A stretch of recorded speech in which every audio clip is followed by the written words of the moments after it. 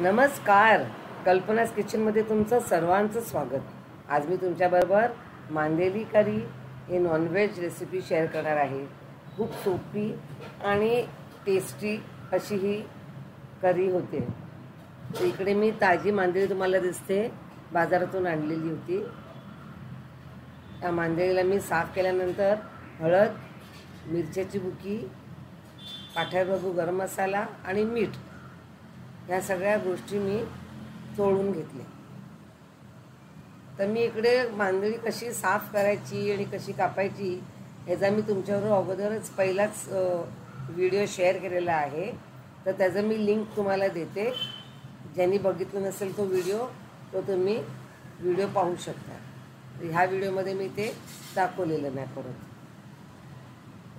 इकडे चांगला तो मसाला चांगला चोळून ठेवला आहे मांदेलीला.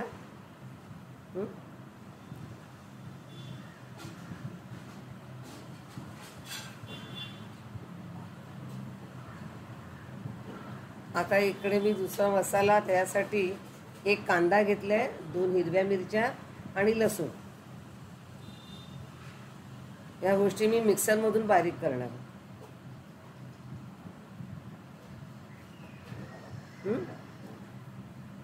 जर कोथिंबीर असेल तर कोथिंबीर पण घाला.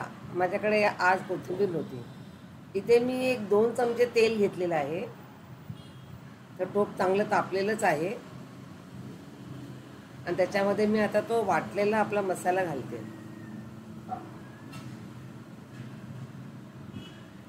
आता कांदा कच्चा आहे, ते लसूण पण कच्चा आहे.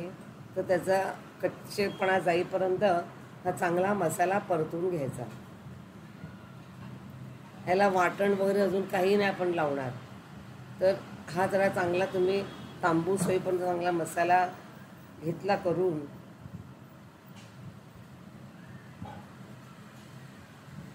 की मग आपल्याला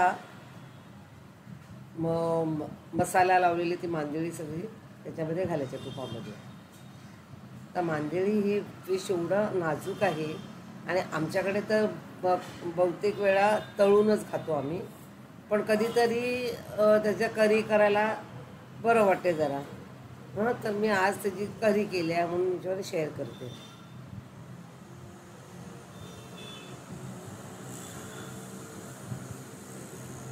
आता ह्याच्यामध्ये मी कढीपत्ता, ताजा कढीपत्ता घातला आहे, 1 काठी कढीपत्त्याची आणि कोकम घेतले. मी 3-4 कोकमाच्या कळ्या घेतल्या, पाकळ्या पाहू शकतात.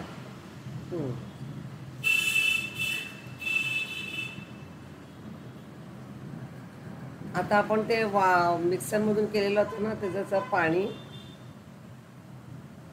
घेऊन मी धुवून ते पाणी घातले.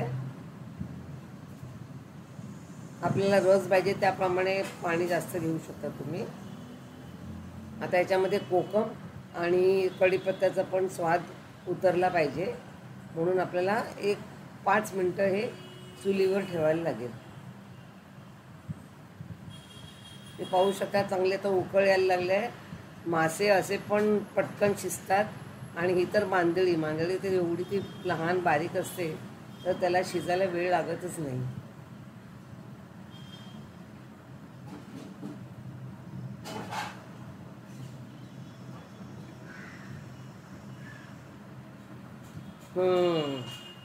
एकदम मस्त मांदेली करीचा असा घमघमाट सुटलेला आहे.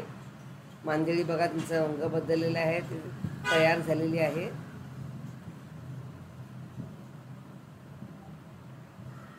आता मी तो गॅस बंद करून झाकण ठेवेन.